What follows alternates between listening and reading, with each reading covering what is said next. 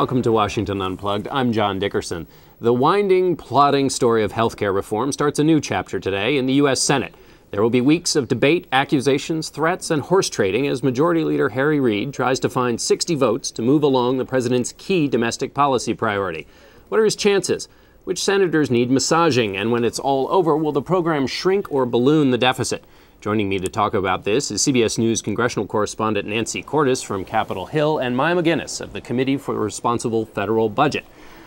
I want to start with you, Nancy. Tell us how many weeks we've got ahead of us and when does this all begin? Well, it's a great question, John. It starts today. How long it will last, no one really knows right now because Senate Republicans have said that they want at least 6 weeks of debate on this Senate bill, and they've got a number of tricks up their sleeve to try and drag that debate out. Democrats can cut off that debate at any time if they feel that they have the 60 votes they need for cloture. But right now, there is no obvious path to those 60 votes, so they may be debating for weeks as well. And Harry Reid obviously doesn't want this to go past Christmas. How close do you think he'll get? I mean, if the Republicans want 6 weeks, what would Harry Reid like?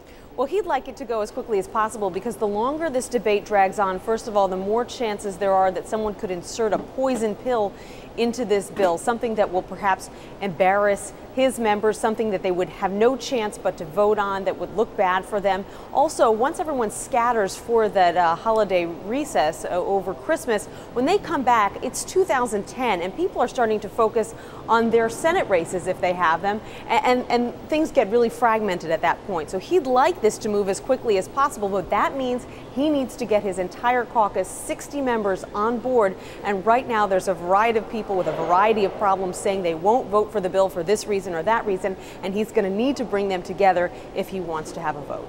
I want to bring Maya in here to talk about one of the key issues, which is how much this is all going to cost.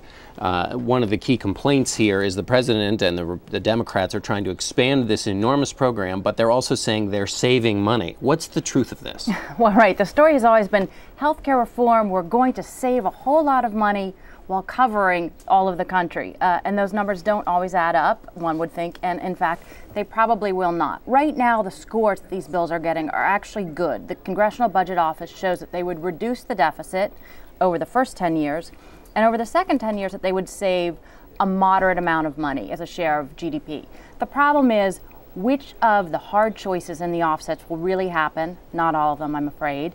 And we don't know how to score the longer term savings. We're also not at the finish line yet. So we still have, as you pointed out, a lot of political trading to deal with. And my guess, and I'm pretty sure of this one, is that the bill is going to get worse instead of better in terms of how much it's going to be able to save both in the short and the long run. Is there anywhere, as we're watching this debate come over, and there will be the public debate and then, of course, the behind-the-scenes debate that nobody will know about until it's all finished and completed, but is there anything we should look for in terms of this horse trading that's going to change that big picture? Because the president made cost containment his big issue. He said he would veto any bill that didn't bend that long-term cost curve or that also wasn't deficit neutral. So is there anything we should look for in the horse trading?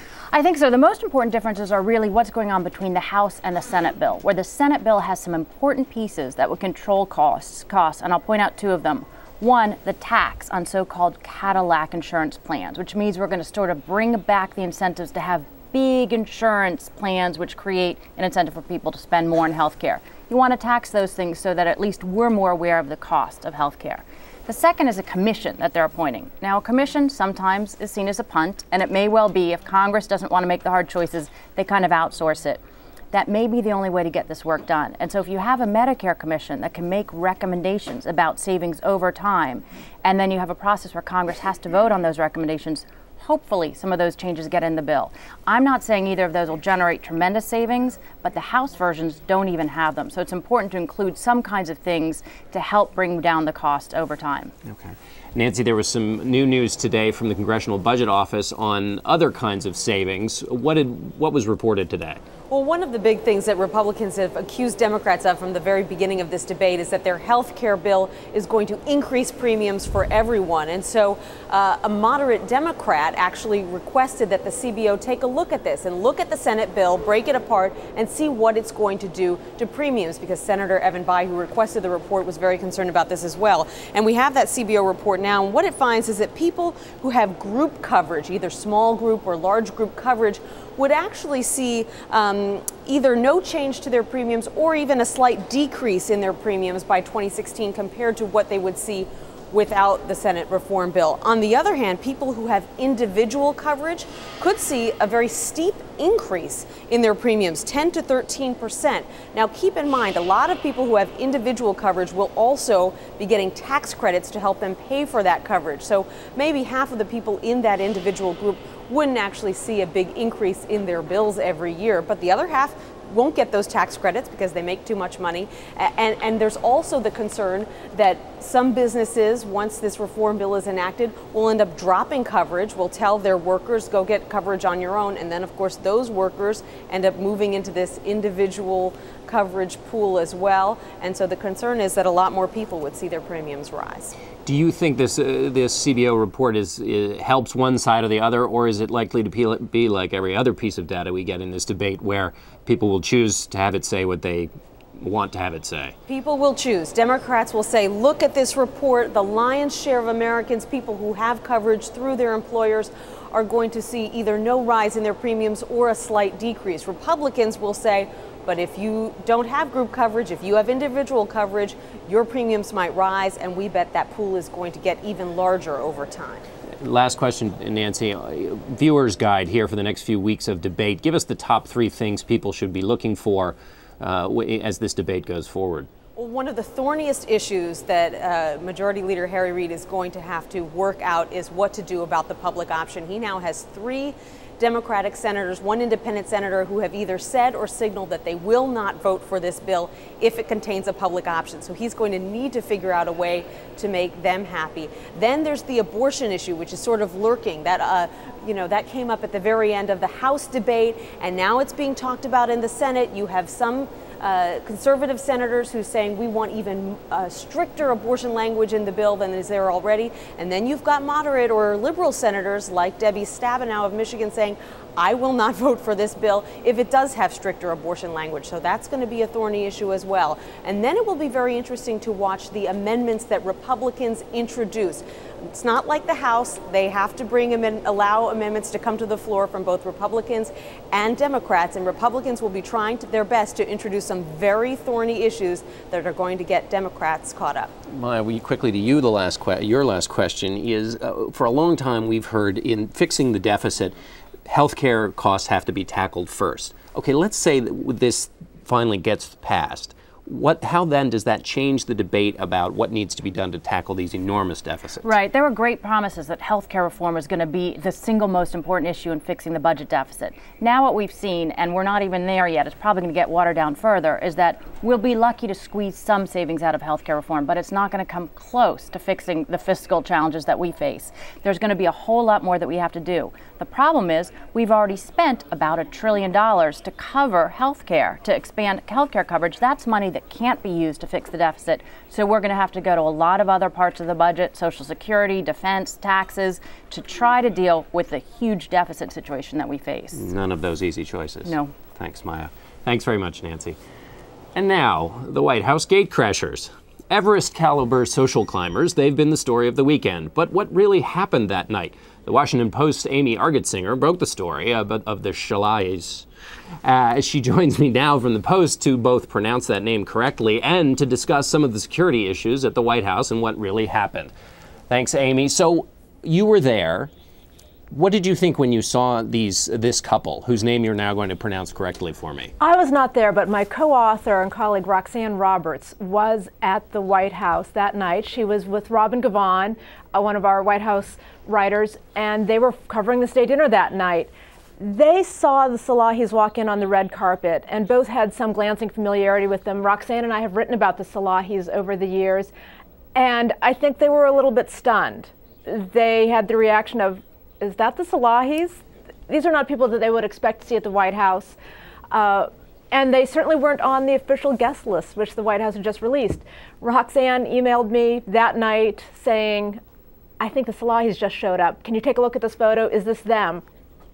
But while I was doing that, I was also looking at Facebook, and sure enough, there was the evidence. The Salahis were posting around that hour saying, hey, we're at the White House, and then later posting a lot of photos of themselves at the dinner. So while we did break the story, the Salahis sort of broke it themselves in a weird way. And the Salahis are, where do they fit in the firmament of Washington's social, or the greater Washington social stratosphere? Well, they are probably best known as horse country people. Tariq Salahi grew up on a winery that his parents founded in 1977 in Fauquier County, quite a bit west of the city.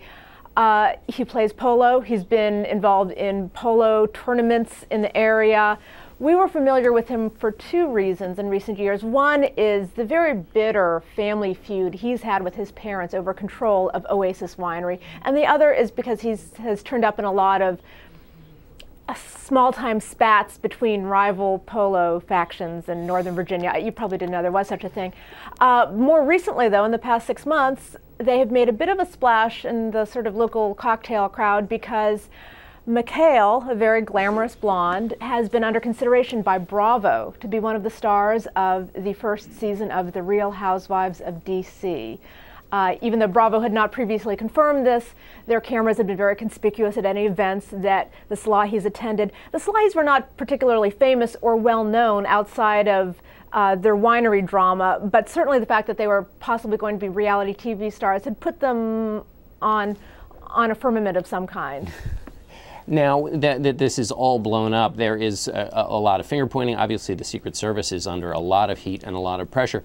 But now, so the question is the Secret Service to blame here, or what role does the White House social secretary and the social office play here? There's some who in the Bush administration who've said, you know, it's really the social office that should have the checklist there, and that they're the ones who dropped the ball here. That's correct. We've heard that from people from other administrations as well, who have said that while the Secret Service is claiming responsibility for this glitch, that there should have been someone from the White House social office at the gate there assisting in some way, the Secret Service. Those are the people who are familiar with who's supposed to be on the guest list, who isn't, the names, the faces, the backgrounds of people. And that if there is some kind of glitch with a VIP, that perhaps it shouldn't be a young guard at the front who's having to deal with an irate VIP who doesn't understand why they're not being let in right away, that's something that should be up to the social office to be smoothing over and acting sort of as an auxiliary gatekeeper, frankly. And what becomes of the Salahis now? They've had a meeting with the Secret Service, right? And how are they milking their 14th minute of fame here? Well, this is the big question. As you probably know, they were originally scheduled to be on CNN tonight talking to Larry King, which is sort of a ritual of the newly famous. However, they canceled that very abruptly over the weekend. Television executives have told our colleagues and other journalists that the Salahis have been shopping their story, looking for a six-figure sum. Today, the Salahis' representatives denied that this is the case, say that they're not talking to any media, that they're just working with authorities. But television executives insist that they have been offered their story for a price. It remains unclear still whether they are still under contract with Bravo, what Bravo can possibly do with all the footage, all the hours and days they've spent with the Salahis. Two schools of thought. Some people think that Bravo is ruined here, that certainly Real Housewives of D.C. is ruined. We've got this couple who's basically a pair of walking spoiler alerts. Other people argue there's such fascination in this story. Maybe they aren't Real Housewives anymore. Maybe they've transcended it, and maybe there's hunger to see behind-the-scenes drama of this couple in some other form. Okay, well, it makes it, I think everybody just needs to take a shower after this story. Amy Argetsinger, thanks very much for joining us and telling the tale of the Salahis, who I'm sure we'll hear about going forward. Thank you all for watching Washington Unplugged today. Join us here every day at 12:30 p.m. on CBSNews.com. I'm John Dickerson. Have a great Monday.